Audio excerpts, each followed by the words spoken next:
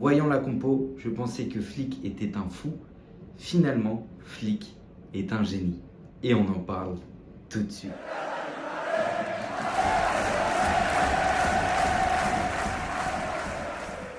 Bonjour à tous et bienvenue dans cette nouvelle vidéo du comptoir catalan. Et aujourd'hui, on se retrouve pour le match de la 6e journée qui a opposé le Villarreal face au FC Barcelone à l'Estadio de la Cerámica. Et le match s'est terminé sur une victoire unanime du Barça, 5-1 à l'extérieur. La petite manita pour les sous-marins jaunes. C'est une très belle victoire, ça fait plus de 15 ans que le Villarreal ne bat pas le FC Barcelone à domicile. Voilà, on va analyser ensemble ce match aujourd'hui. Juste avant qu'on commence, n'oubliez pas de vous abonner à la chaîne Le Comptoir Catalan. On a dépassé les 700 abonnés. Je vous demande maintenant d'atteindre les 800 abonnés. On peut clairement atteindre les 800 abonnés. C'est l'objectif maintenant que je vous donne. Donc n'oubliez pas de partager la vidéo, de liker la vidéo. Lâchez évidemment des commentaires, me dire, je vois vos retours sur la dernière vidéo, me dire ce que vous pensez, qu'on en discute ensemble avec plaisir. Donc on commence directement avec la compo et c'est là où dès le début le match dans ma tête a commencé. Je me suis dit qu'est-ce que nous a fait Flick. Alors évidemment il faut faire tourner et c'est ce qu'il a fait. Et en fait, tout simplement, là où il a fait tourner, c'est déjà au niveau de Casado. Il a sorti Casado pour faire rentrer Pablo Torre au milieu de terrain. Donc il y avait Pedri, Casado qui était un peu plus bas et Pablo Torre du coup en numéro 10. Ce qui a fonctionné, on va en parler par la suite. Et en défense, remaniement total. Baldé qui n'est pas là, Gérard Martin à sa place. Ensuite, Kubarsi qui est trop juste. Apparemment dernièrement physiquement il est à la limite de la blessure si on abuse sur ses efforts. Donc du coup Sergi Dominguez qui le remplace. Et pour le reste c'était un petit peu du classique. Donc Ter Stegen au cage, Inigo Martinez, Koundé, Lamine, Rafinha, Lewandowski, vous connaissez. Torre en 10, c'est magnifique. C'est magnifique Torre en 10, le match qui nous a sorti. Alors oui, on l'avait déjà vu un petit peu dans les matchs de préparation. On avait vu qu'il a effectivement du talent. Alors malheureusement pour lui et heureusement pour nous, mais on a un Dani Olmo depuis le début de la saison qui était en forme. Dani Olmo n'est pas là, Fermin n'est pas là. Dans le dernier match, il avait mis Pedri en numéro 10, mais ça n'avait pas fonctionné, surtout parce qu'il n'y avait pas un Pedri plus bas. Là où ça a changé par rapport, je trouve, au dernier match, alors évidemment, c'est déjà qu'on joue à 11, donc ça change déjà énormément, mais c'est surtout sur le fait que Pedri, un petit peu plus bas sur le terrain, a énormément d'importance. On n'a pas ressenti énormément le manque de Casado, même si Eric Garcia au début c'était assez compliqué quand même.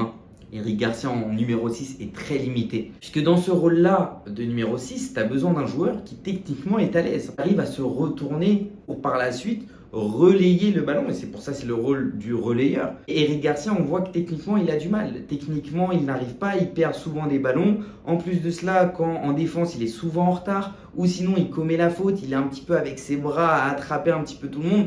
Donc, c'est un petit peu plus juste pour lui.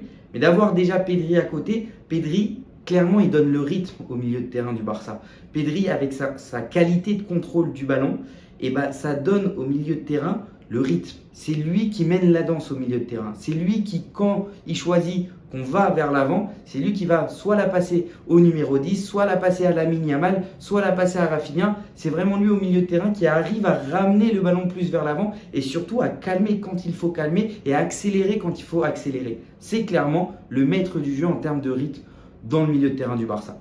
Après, par la suite, évidemment, on a eu un Pablo Torre d'un très haut niveau. Il a clairement pris ce rôle de numéro 10. Il a fait une passe décisive qui est sublime pour le premier but de Lewandowski et aussi sa frappe. Il a mis un beau but. Et ça, c'est des numéros 10 de qualité. C'est des joueurs, comme on le voit avec Dani Olmo, comme on le voit avec Fermin, on a 3 bons numéros 10. Alors évidemment, on va attendre de voir ce qu'il donne dans les prochains matchs, mais il a prouvé quand même que c'était une réelle solution.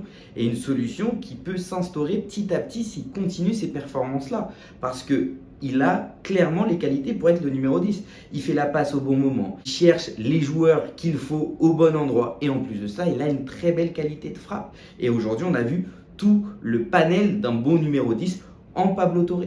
Donc maintenant de se dire qu'on a Dani Olmo, s'il se blesse, Fermin, s'il se blesse, Pablo Torre, c'est quand même assez rassurant. Donc c'était quand même une très belle victoire pour conforter ce qu'on voit depuis le début de la Liga. Et maintenant, ça confirme encore plus que ce qui s'est passé face à Monaco était clairement un accident. C'est un accident où malheureusement on a eu un carton rouge, où malheureusement par la suite le match s'est compliqué tout seul et que tout simplement on est tombé face à un Monaco qui a su profiter de ça et qu'au final c'était donc du coup un accident. Là on revoit le Barça du début de saison. Alors certes avec certaines plus de difficultés puisque Villarreal a quand même fait un beau match, il y a eu beaucoup de hors-jeu, beaucoup de buts annulés, même si s'il y a hors-jeu, il y a hors-jeu. Et du coup l'alignement défensif de ces joueurs-là, ça a été aussi intéressant des défenseurs du Barça. C'était des joueurs très très jeunes.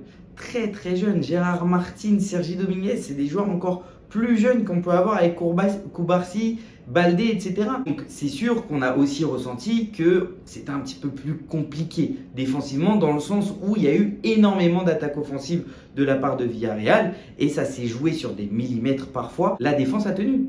Au final, on a encaissé uniquement un seul but. Défense AG jeune qui a tenu. On voyait un Ter Stegen qui revenait, qui se rattrapait un petit peu sur le dernier match.